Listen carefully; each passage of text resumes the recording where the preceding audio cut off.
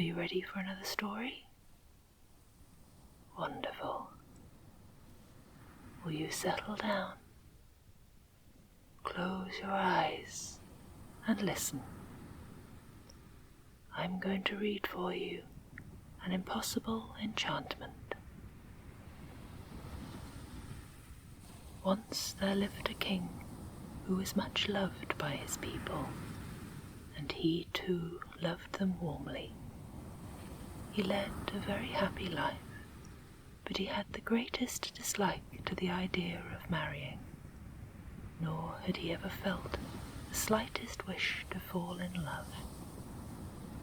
His subjects begged him to marry, and at last he promised to try to do so. But as, so far, he had never cared for any woman he had seen, he made up his mind to travel in hopes of meeting some lady he could love. So he arranged all the affairs of state in an orderly manner, and set out, attended only by one equerry, who, though not very clever, had the most excellent good sense. These people, indeed, generally make the best fellow travellers. The king explored several countries, doing all he could to fall in love, but in vain, and at the end of a 2 years' journey he turned his face towards home, with as free a heart as when he set out. As he was riding along through a forest, he suddenly heard the most awful meowing and shrieking of cats you can imagine. The noise drew nearer and nearer, and at last they saw 100 huge Spanish cats rush through the trees close to them. They were so closely packed together that you could easily have covered them with a large cloak, and all were following the same track. They were closely pursued by 2 enormous apes, dressed in purple suits, with the prettiest and best-made boots you ever saw. The apes were mounted on superb mastiffs, and spurred them on in hot haste, blowing shrill blasts on little toy trumpets all the time. The king and his equerry stood still to watch this strange hunt, which was followed by 20 or more little dwarfs, some mounted on wolves, and leading relays, and others with cats in leash. The dwarfs were all dressed in purple silk liveries like the apes. A moment later, a beautiful young woman, mounted on a tiger, came in sight. She passed close to the king, riding at full speed without taking any notice of him, but he was at once enchanted by her, and his heart was gone in a moment. To his great joy he saw that one of the dwarfs had fallen behind the rest, and at once began to question him. The dwarf told him that the lady he had just seen was the Princess Mutinosa, the daughter of the king whose country they were in at that moment. He added that the princess was very fond of hunting, and that she was now in pursuit of rabbits. The king then asked the way to the court, and having been told, hurried off and reached the capital in a couple of hours. As soon as he arrived, he presented himself to the king and queen, and on mentioning his own name and that of his country, was received with open arms. Not long after, the princess returned, and hearing that the hunt had been successful, the king complimented her, but she would not answer a word. Her silence rather surprised him, but he was more still astonished when he found that she never spoke once all through supper time. Sometimes she seemed about to speak, but whenever this was the case, her father or mother at once took up the conversation. However, this silence did not cool the king's affections, and when he retired to his rooms at night, he confided his feelings to his faithful equerry. But the equerry was by no means delighted at the king's love affair, and took no pains to hide his disappointment. "But why are you vexed?" said the king. "Surely the princess is beautiful enough to please anyone." "She is certainly very handsome," replied the equerry, "but to be really happy in love, something more than beauty is required. To tell the truth, sire," he added, "her expression seems to me hard." "That is pride and dignity," said the king, "and nothing can be more becoming." "Pride or hardness, as you will," said the equerry, "but to my mind, the choice of so many fierce creatures for her amusements seems to tell of a fierce nature, and I also think there is something suspicious in the care taken to prevent her from speaking." The equerry's remarks were full of good sense, but as opposition is only apt to increase love in the hearts of men, and especially of kings who hate to be contradicted, this king begged the very next day the hand of the Princess Mutinosa. It was granted him on 2 conditions.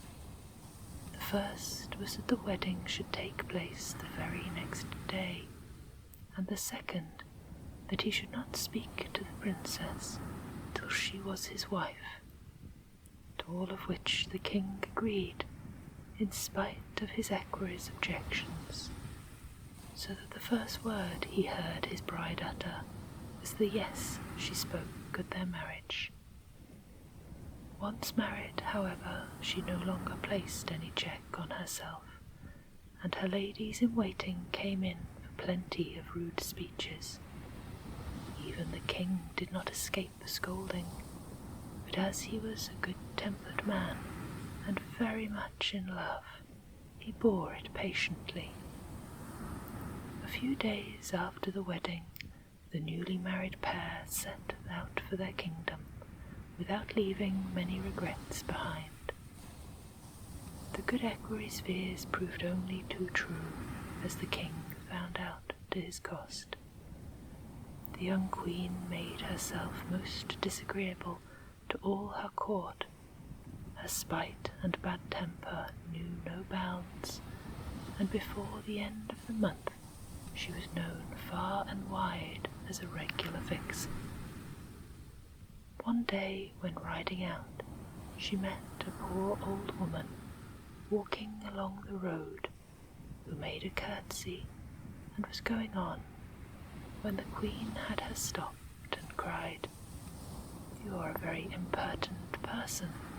Don't you know that I am the queen? How dare you not make me a deeper curtsy?" "Madam," said the old woman, "I have never learned how to measure curtsies, but I had no wish to fail in proper respect." "What?" cried the queen. "She dares to answer? Tie her to my horse's tail, and I'll just carry her at once to the best dancing master in town to learn how to curtsy." The old woman shrieked for mercy, but the queen would not listen, and only mocked when she said she was protected by the fairies.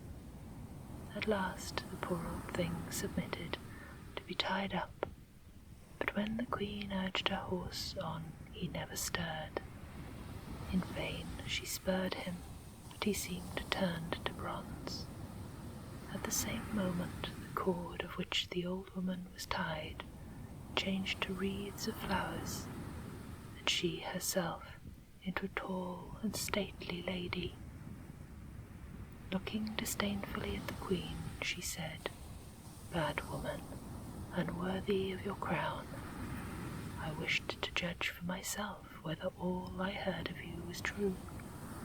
I have now no doubt of it, and you shall see whether the fairies are to be laughed at." So saying, the fairy Placida that was her name, blew a little gold whistle, and a chariot appeared drawn by 6 splendid ostriches. In it was seated the Fairy Queen, escorted by a dozen other fairies, mounted on dragons. All having dismounted, Placida told her adventures, and the Fairy Queen approved all she had done, and proposed turning Mutinosa into bronze like her horse. Placida, however, who was very kind and gentle, begged for a milder sentence, and at last it was settled that Mutinosa should become her slave for life, unless she should have a child to take her place. The king was told of his wife's fate and submitted to it, which, as he could do nothing to help it, was the only course open to him.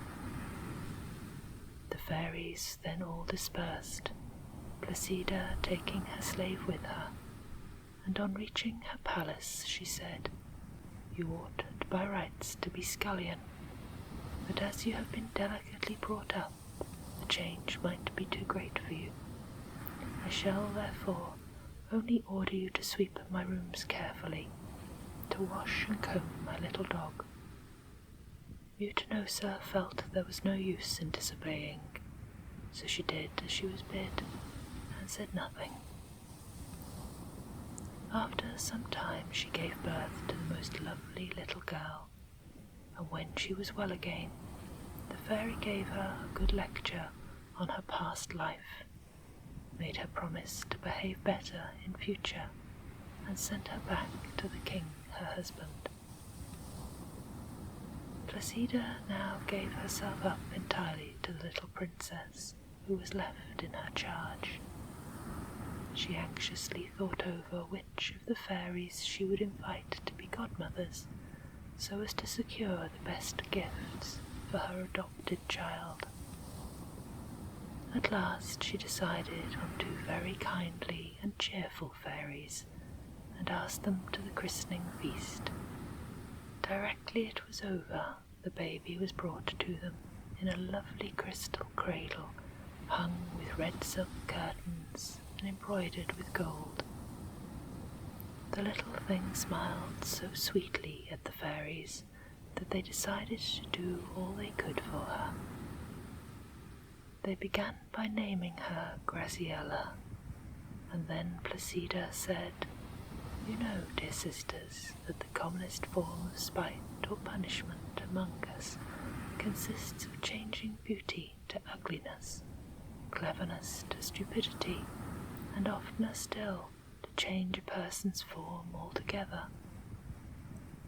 Now, as we can only each bestow one gift, I think the best plan will be for one of you to give her beauty, the other good understanding, whilst I will undertake that she shall never be changed into any other form."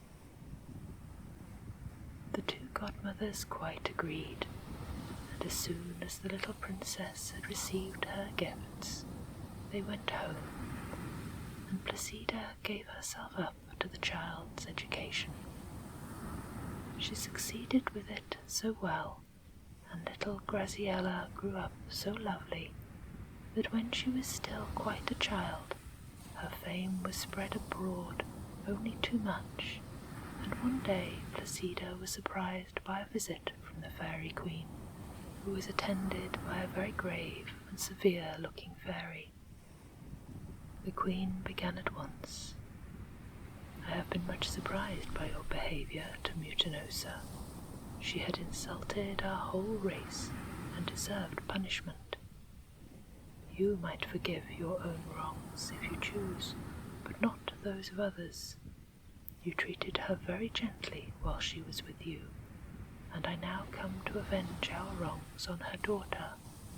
You have ensured her being lovely and clever, and not subject to change of form, but I shall place her in an enchanted prison, which she will never leave till she finds herself in the arms of a lover whom she herself loves.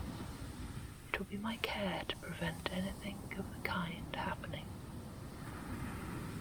The enchanted prison was a large, high tower in the midst of the sea, built of shells of all shapes and colours. The lower floor was like a great bathroom, where the water was let in or off at will. The first floor contained the princess's apartments, beautifully furnished. On the second was a library, a large wardrobe room filled with beautiful clothes and every kind of linen, a music room, a pantry with bins full of the best wines, and a storeroom with all manner of preserves, bonbons, pastries, and cakes, all of which remained as fresh as just out of the oven. The top of the tower was laid out like a garden, with beds of the loveliest flowers, fine fruit trees, and shady arbours and shrubs, where many birds sang amongst the branches. The fairies escorted Graziella and her governess, Bonetta, to the tower, and then mounted a dolphin which was waiting for them.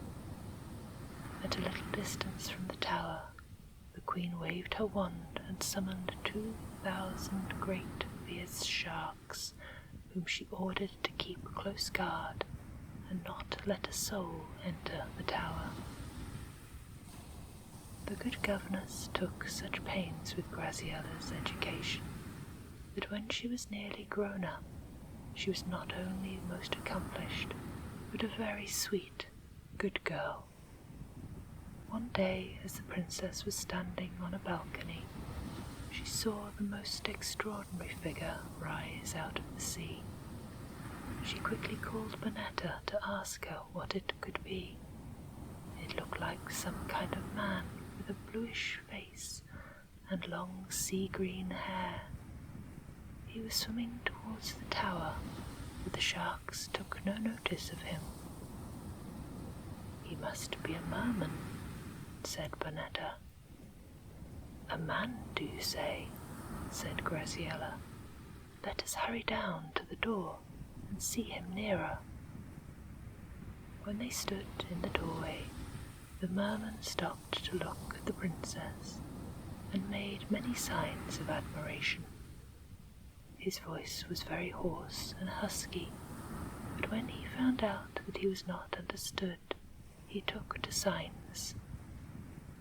He carried a little basket made of oysters, filled with rare shells, which he presented to the princess. She took it with signs of thanks, but as it was getting dusk she retired, and the merman plunged back into the sea. When they were alone, Graziella said to her governess, "What a dreadful-looking creature that was! Why do those odious sharks let him come near the tower? I suppose all men are not like him." "No, indeed," replied Bonetta. "I suppose the sharks look on him as a sort of relation, and so do not attack him." A few days later the two ladies heard a strange sort of music, and looking out of the window, there was the merman, his head crowned with water plants, blowing a great seashell with all his might. They went down to the tower door, and Graziella politely accepted some coral and other marine curiosities he had brought her. After this he used to come every evening and blow his shell, or dive and play antics under the princess's window. She contented herself with bowing to him from the balcony, but she would not go down to the door, in spite of all his signs. Some days later he came with a person of his own kind, but another sex. Her hair was dressed in great taste, and she had a lovely voice. This new arrival induced the ladies to go down to the door. They were surprised to find that after trying various languages, she at last spoke to them in their own, and paid Graziella a very pretty compliment on her beauty. The mermaid noticed that the lower tower was full of water. "Why," cried she, "is that just the place for us? For we can't live quite out of water." So saying, she and her brother swam in and took up a position in the bathroom, the princess and her governess seating themselves on the steps which ran around the room. "No doubt, madam," said the mermaid, "you have given up living on land so as to escape from crowds of lovers, but I fear that even here you cannot avoid them, for my brother is already dying of love for you, and I am sure that once you are seen in our city, he will have many rivals." She then went on to explain how grieved her brother was not able to make himself understood, adding, "I interpret for him, having been taught several languages by a fairy." "Oh, then you have fairies too?" asked Graziella with a sigh. "Yes, we have," replied the mermaid, "but if I am not mistaken, you have suffered from the fairies on earth." The princess on this told her entire history to the mermaid, who assured her how sorry she felt for her, but begged her not to lose courage, adding as she took her leave, "Perhaps some day you may find a way out of your difficulties." The princess was delighted with this visit, and with the hopes the mermaid held out. It was something to meet someone fresh to talk to. "We will make acquaintances with several of these people," she said to her governess, "and I dare say they are not all as hideous as the first one we saw. Anyhow, we shan't be so dreadfully lonely." "Dear me," said Bonita, "how hopeful young people are, to be sure. As for me, I feel afraid of these folks. But what do you think of the lover you have captivated?" "Oh, I could never love him," cried the princess. "I can't bear him, but perhaps, as his sister says they are related to the fairy Marina, they may be of some use to us."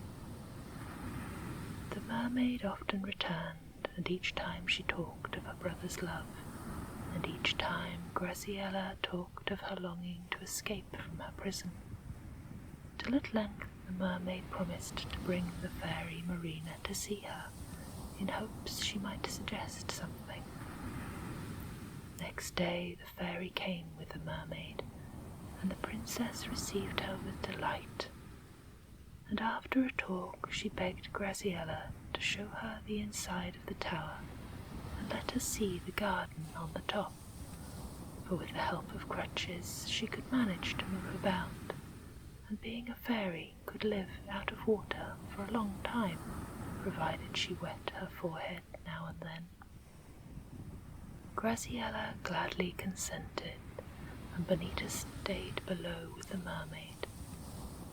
When they were in the garden, the fairy said, "Let us lose no time, but tell me how I can be of use to you." Graziella then told her all her story, and Marina replied, "My dear princess, I can do nothing for you as regards dry land, for my power does not reach beyond my own element.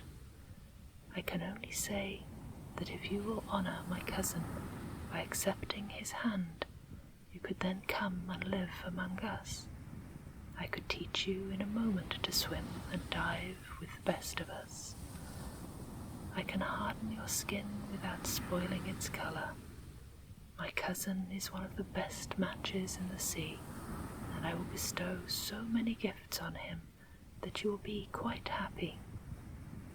The fairy talked so well and so long that the princess was rather impressed, and promised to think the matter over. Just as they were going to leave the garden, they saw a ship sailing nearer the tower than any other had done before. On the deck lay a young man under a splendid awning, gazing at the tower through a spyglass. But before they could see anything clearly, the ship moved away, and the two ladies parted, the fairy promising to return shortly. As soon as she was gone, Graziella told her governess what she had said. Bonetta was not at all pleased at the turn matters were taking, for she did not fancy being turned into a mermaid at her old age. She thought the matter well over, and this was what she did. She was a very clever artist, and the next morning she began to paint a picture of a handsome young man with beautiful curly hair, a fine complexion, and lovely blue eyes. When it was finished, she showed it to Graziella, hoping it would show the difference there was between a fine young man and her marine suitor. The princess was much struck by the picture, and asked anxiously whether there could be any man so good-looking in the world. Bonetta assured her that there were plenty of them, indeed many far handsomer. "I can hardly believe that," cried the princess, "but alas, if there are, I don't suppose I shall ever see them, or they me, so what is the use? Oh dear, I am unhappy now. Oh dear, how unhappy I am."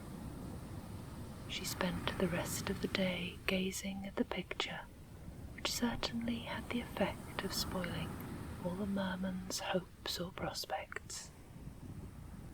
After some days, the fairy Marina came back to hear what was decided, but Graziella hardly paid any attention to her, and showed such dislike to the idea of the proposed marriage that the fairy went off in a regular huff. Without knowing it, the princess had made another conquest. On board the ship which had sailed so near was the handsomest prince in the world.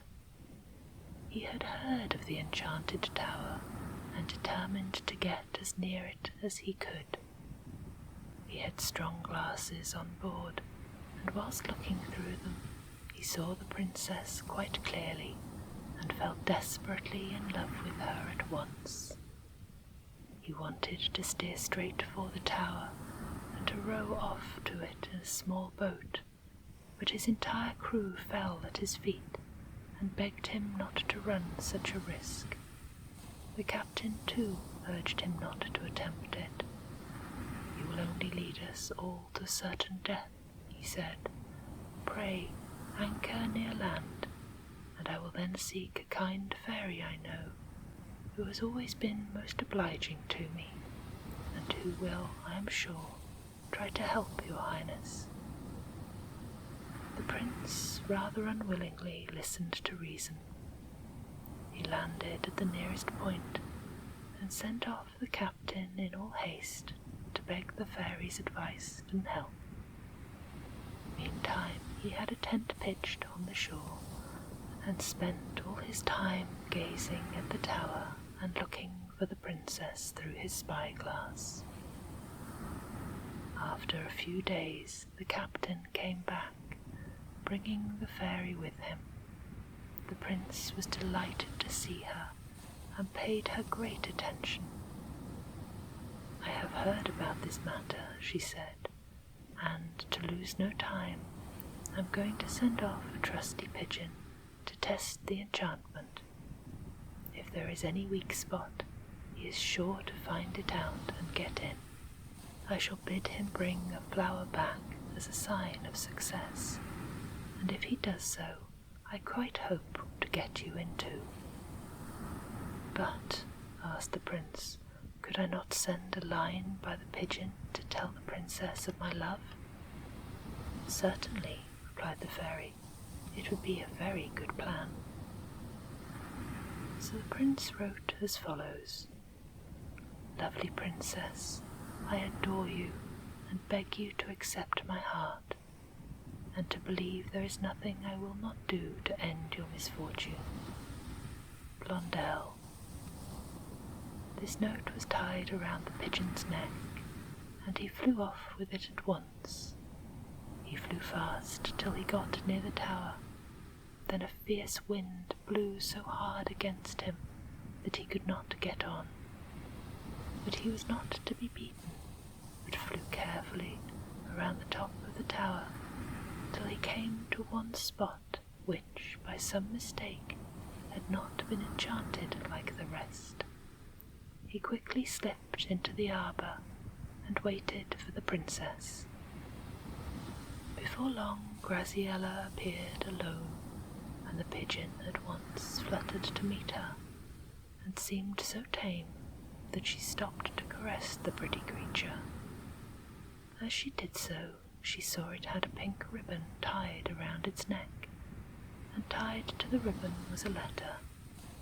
She read it over several times, and then wrote back the answer.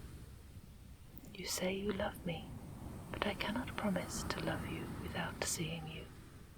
Send me your portrait by this faithful messenger. If I return it to you, you must give up hope, but if I keep it, you will know that to help me will be to help yourself. Graziella."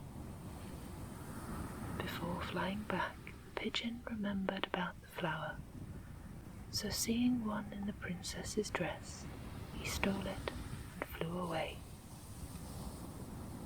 The princess was wild with joy at the pigeon's return with a note. After an hour's rest, the trusty bird was sent back again, carrying a miniature of the prince, which by good luck he had with him. On reaching the tower, the pigeon found the princess in the garden. She hastened to untie the ribbon, and on opening the miniature case, what was her surprise and delight to find it very like the picture her governess had painted for her. She hastened to send the pigeon back, and you can fancy the prince's joy when he found she had kept his portrait. "Now," said the fairy, "let us lose no more time. I can only make you happy by changing you into a bird, but I will take care to give you back your proper shape at the right time." The prince was eager to start, so the fairy, touching him with her wand, turned him into the loveliest hummingbird you ever saw, at the same time letting him keep the power of speech. The pigeon was told to show him the way. Graziella was much surprised to see a perfectly strange bird, and still more so when it flew to her saying, "Good morning, sweet princess." She was delighted with the pretty creature, and let him perch on her finger, when he said, "Kiss, kiss, little birdie," which she gladly did, petting and stroking him at the same time. After a time, the princess, who had been up very early, grew tired, and as the sun was hot, she went to lie down on a mossy bank in the shade of the arbour. She held the pretty bird near her breast, and was just falling asleep when the fairy contrived to restore the prince to his own shape, so that as Graziella opened her eyes, she found herself in the arms of a lover whom she loved in return. At the same moment, her enchantment came to an end. The tower began to rock and to split. Bonetta hurried up to the top so that she might at least perish with her dear princess. Just as she reached the garden, the kind fairy who had helped the prince arrived with the fairy Placida in a car of Venetian glass drawn by 6 eagles. "Come away quickly," they cried. "The tower is about to sink." The prince, princess, and Bonetta lost no time in stepping into the car, which rose into the air just as, with a terrible crash, the tower sank into the depths of the sea, for the fairy Marina and the merman had destroyed its foundations to avenge themselves on Graziella. Luckily their wicked plans were defeated, and the good fairies took their way to the kingdom of Graziella's parents. They found that Queen Mutinosa had died some years ago, but her kind husband lived on peaceably, ruling his country well and happily. He received his daughter with great delight, and there was universal rejoicings at the return of the lovely princess. The wedding took place the very next day, and for many days after, balls, dinners, tournaments, concerts, and all sorts of amusements went on all day and night. All the fairies were carefully invited, and they came in great state and promised the young couple their protection and all sorts of good gifts. Prince Blondel and Princess Graziella lived to a good old age, beloved by everyone, and loving each other more and more as time went on. Peaceful slumbers. Sleep sweet.